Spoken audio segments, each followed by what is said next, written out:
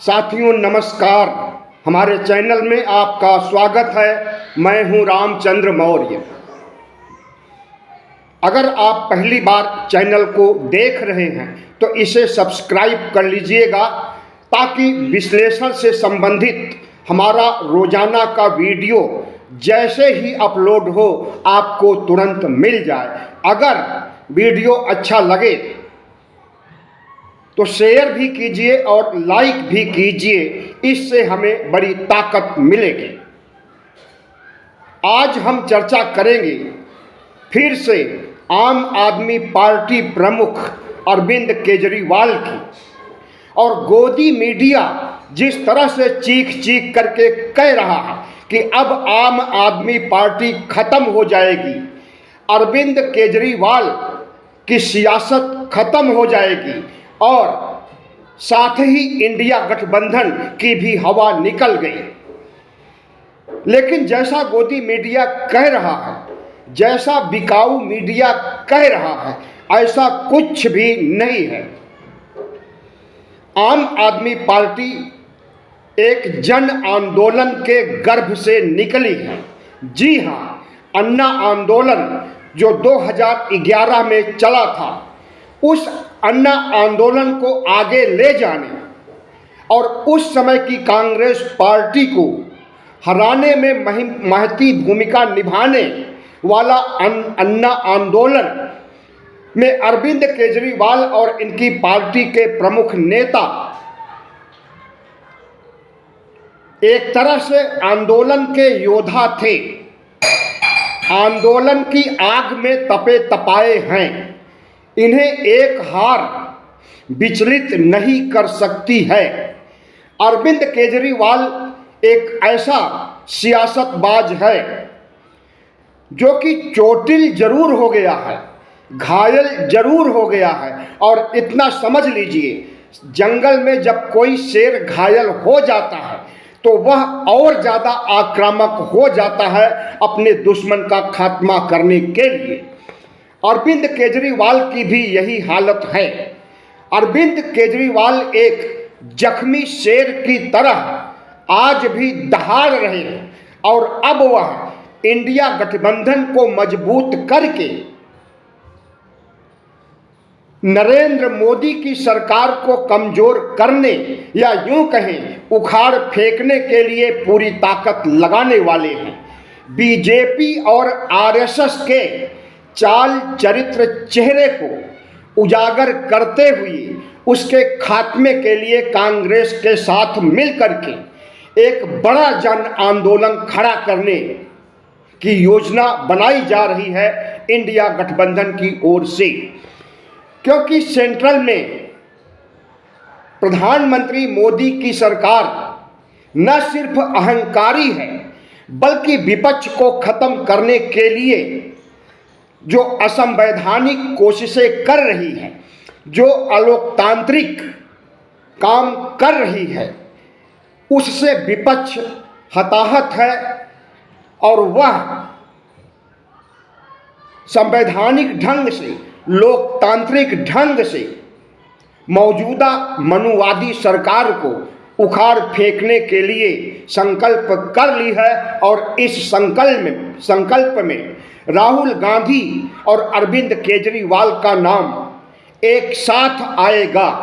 अभी तक राहुल गांधी अकेले संविधान की कॉपी हाथ में लेकर पूरे देश में आंदोलन खड़ा करने की भूमिका बना चुके हैं और अब अरविंद केजरीवाल, ममता बनर्जी, उद्धव ठाकरे, शरद पवार, तेजस्वी यादव, अखिलेश यादव को भी मिल्कीपुर सीट पर जिस तरह से अलोकतांत्रिक असंवैधानिक ढंग से प्रशासनिक मशीनरी का, चुनावी मशीनरी का उपयोग करते हुए हराया गया है, उससे अखिलेश यादव भी क्षुब्ध हैं, क्रोधित हैं। और अब इंडिया गठबंधन एकजुट हो करके प्रधानमंत्री नरेंद्र मोदी को न सिर्फ कड़ी चुनौती देगा बल्कि नरेंद्र मोदी और चुनाव आयोग के षड्यंत्र को, जिन षड्यंत्रों साजिशों से भारतीय जनता पार्टी राज्य सरकारों को हड़पती जा रही है असंवैधानिक ढंग से। उसके लिए, उसके खिलाफ एक मोर्चा खोलने के लिए इंडिया गठबंधन आगे आने वाला है।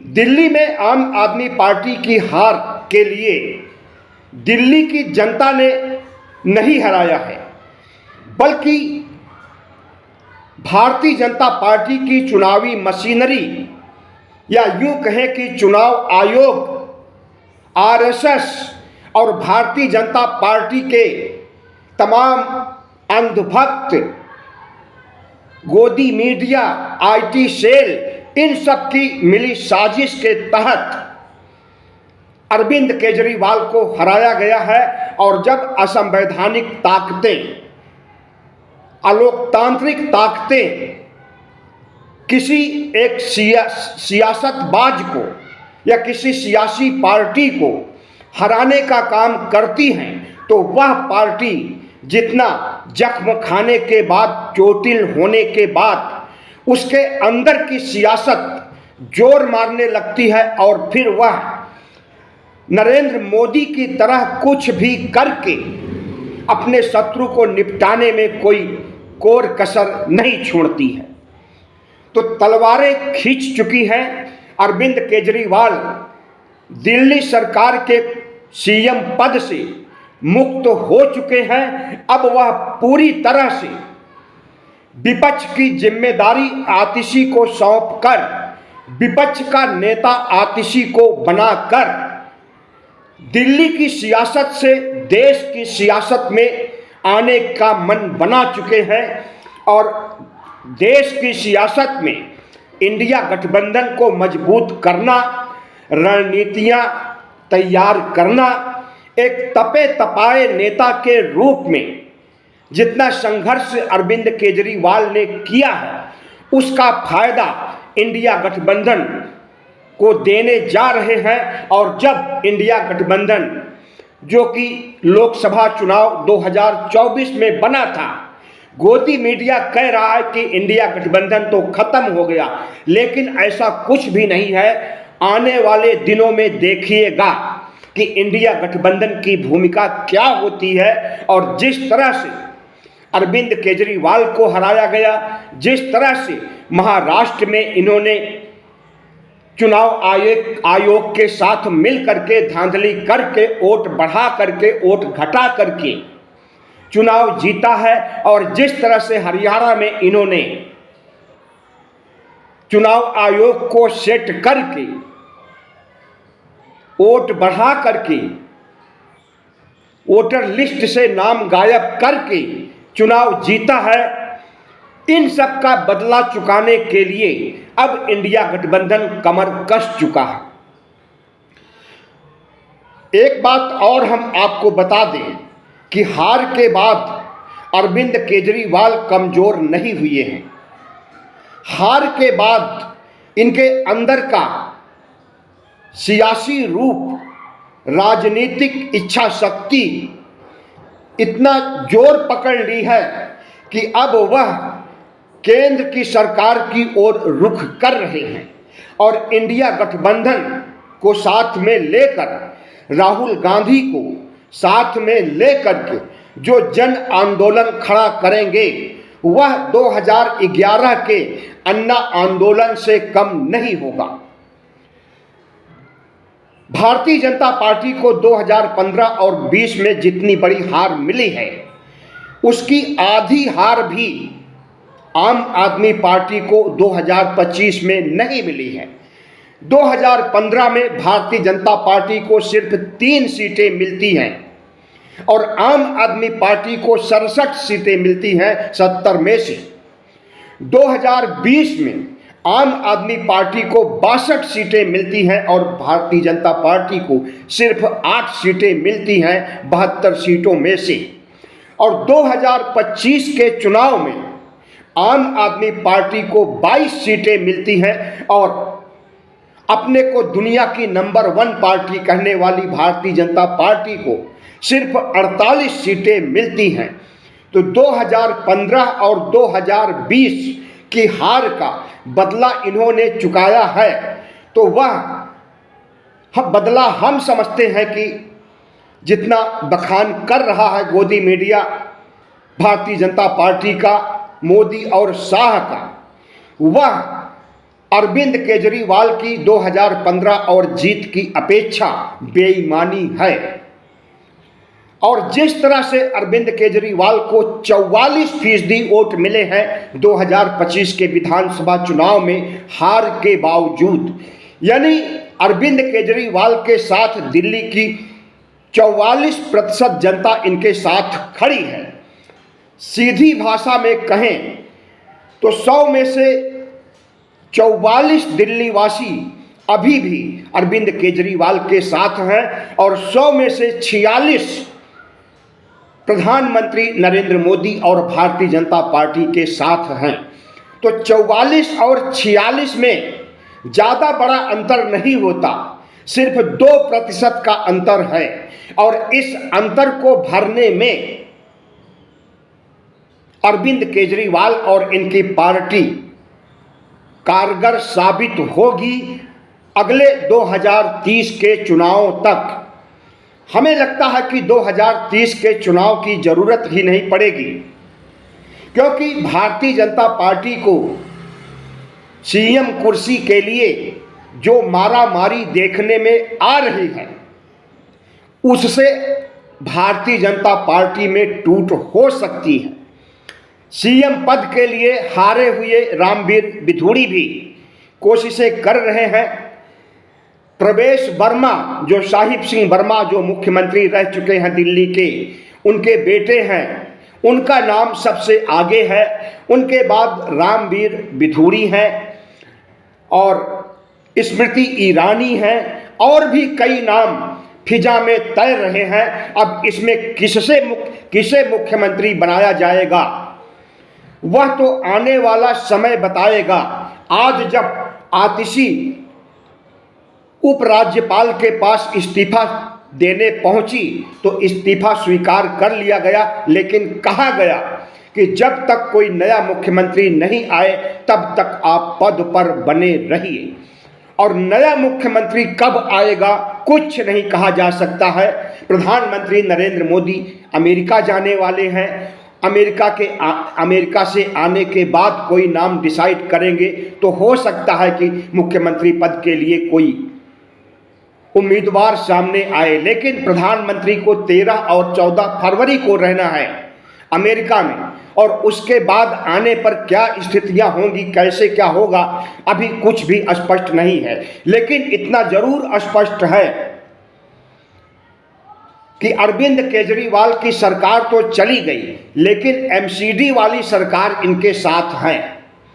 एमसीडी में अरविंद केजरीवाल को थोड़े समय पहले भारी जीत मिली थी और एमसीडी इनके हाथ में है, तो दिल्ली की सेवा करने का अवसर इनके हाथ में है।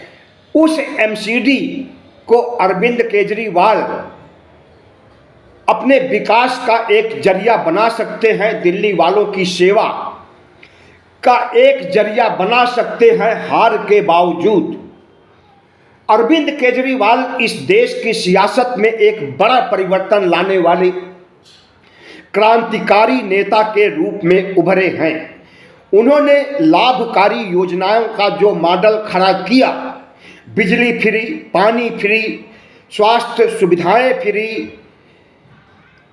शिक्षा फ्री, बुजुर्गों को तीर्थ यात्रा फ्री, महिलाओं को बस में यात्रा फ्री, इस तरह से करीब 2 दर्जन योजनाएं, लाभकारी योजनाएं लेकर के अरविंद केजरीवाल 2015 में प्रकट होते हैं और इसका भरपूर फायदा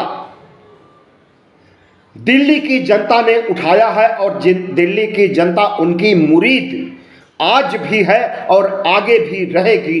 और सिर्फ दिल्ली की जनता ही नहीं, देश की जनता अरविंद केजरीवाल की मुरीद है। अरविंद केजरीवाल की हार से पता चला कि बुद्धिजीवी समाज, जिनका धर्मनिरपेक्षता, संविधान और लोकतंत्र में विश्वास है, अरविंद केजरीवाल के हार से उन्हें भी चोट पहुंची है। अरविंद केजरीवाल के हार से इस देश के उन नागरिकों को भी धक्का पहुंचा है जो संविधान में विश्वास रखते हैं, जनता को दी जाने वाली रियायतों में विश्वास रखते हैं और जो अरविंद केजरीवाल की पार्टी की सियासत को, अरविंद केजरीवाल के संघर्ष को समझते हैं।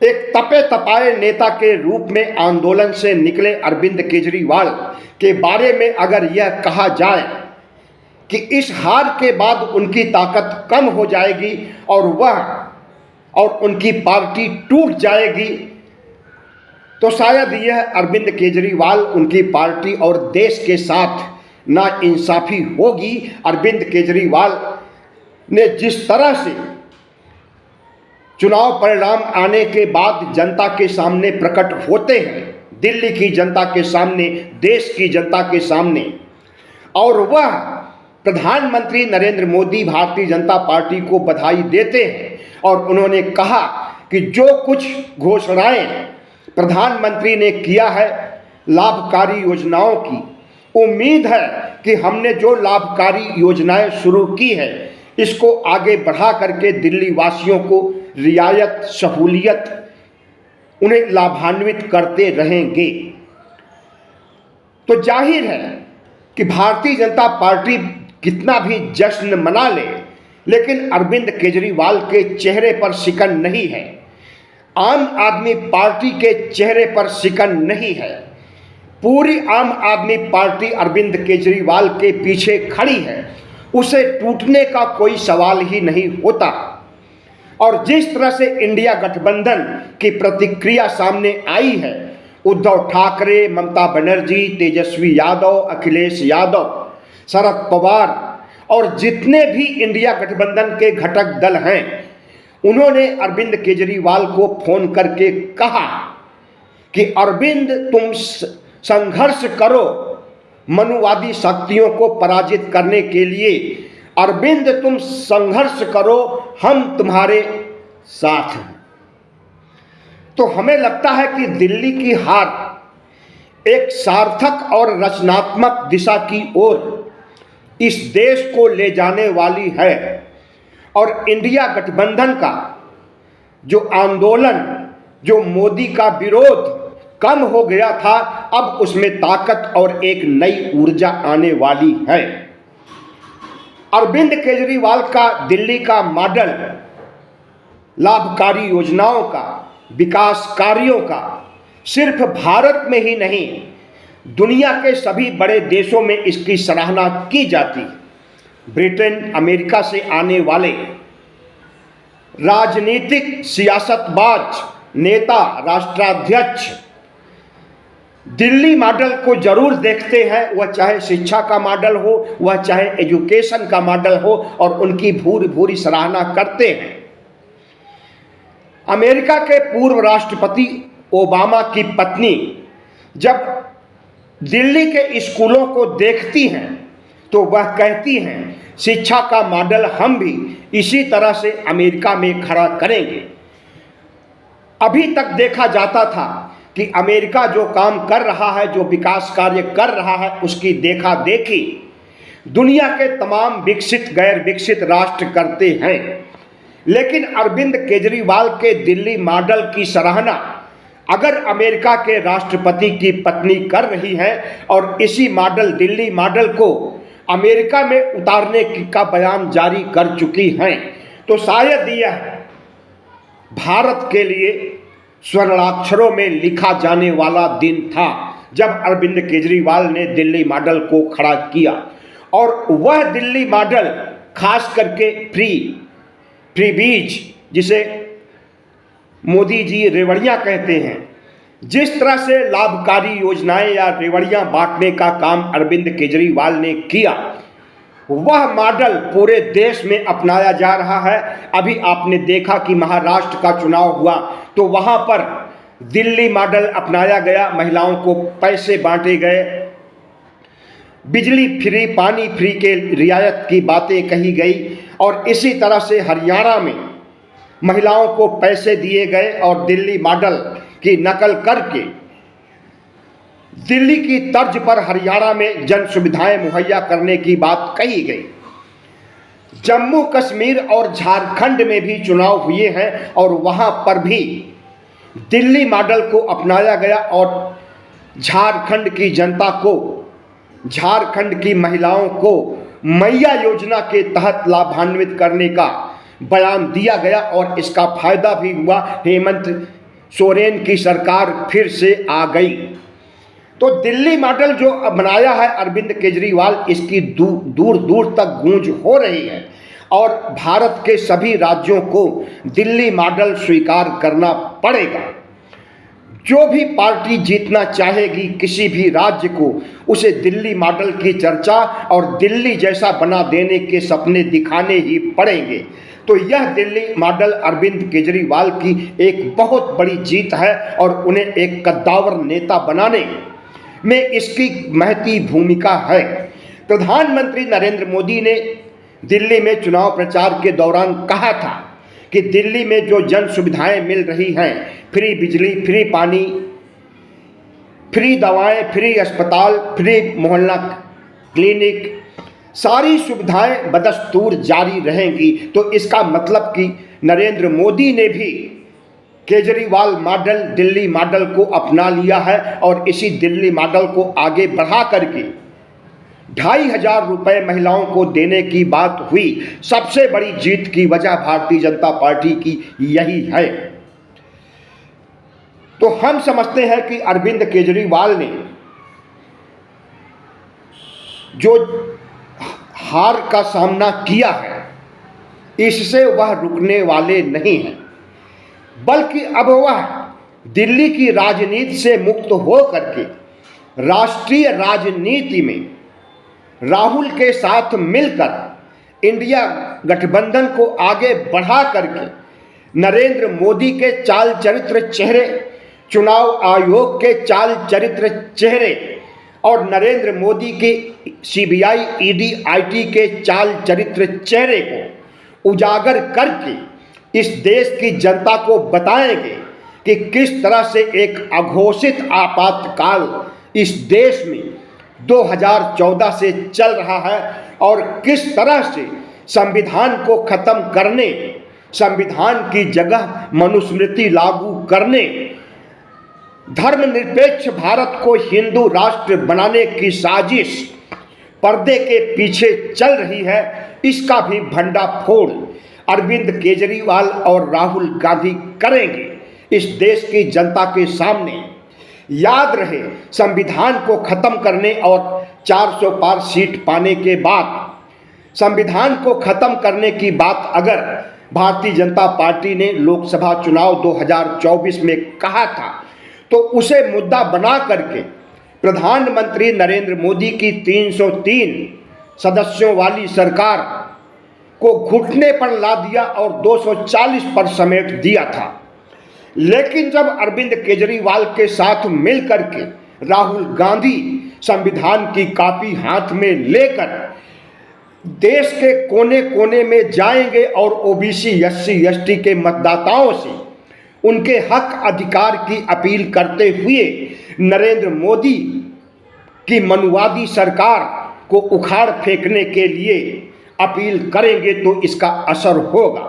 तो जाहिर है कि अरविंद केजरीवाल अभी तक दिल्ली राज्य या दिल्ली की सियासत से, दिल्ली की जीत से नरेंद्र मोदी की नाक में दम किए थे।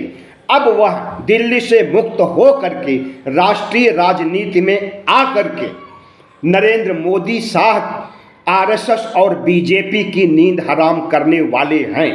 खतरे की घंटी बज चुकी है और नरेंद्र मोदी और आरएसएस, भारतीय जनता पार्टी को लग रहा है कि दिल्ली जीत करके, शेर को जख्मी करके हमने अच्छा नहीं किया और यह जख्मी शेर किस तरह से आरएसएस और बीजेपी को निगल जाएगा, कब निकल जाएगा, कैसे निकलेगा, यह तो स्पष्ट नहीं है। लेकिन निगलने का मतलब मनुवादी सत्ता को उखाड़ फेंकेगा। और उस दिशा में अरविंद केजरीवाल के कदम बढ़ चुके हैं। बहुत बहुत धन्यवाद। हमारे चैनल को सब्सक्राइब कीजिएगा, लाइक कीजिएगा और शेयर कीजिएगा। अगर आप ऐसा करेंगे तो हमें बड़ी ताकत मिलेगी। धन्यवाद।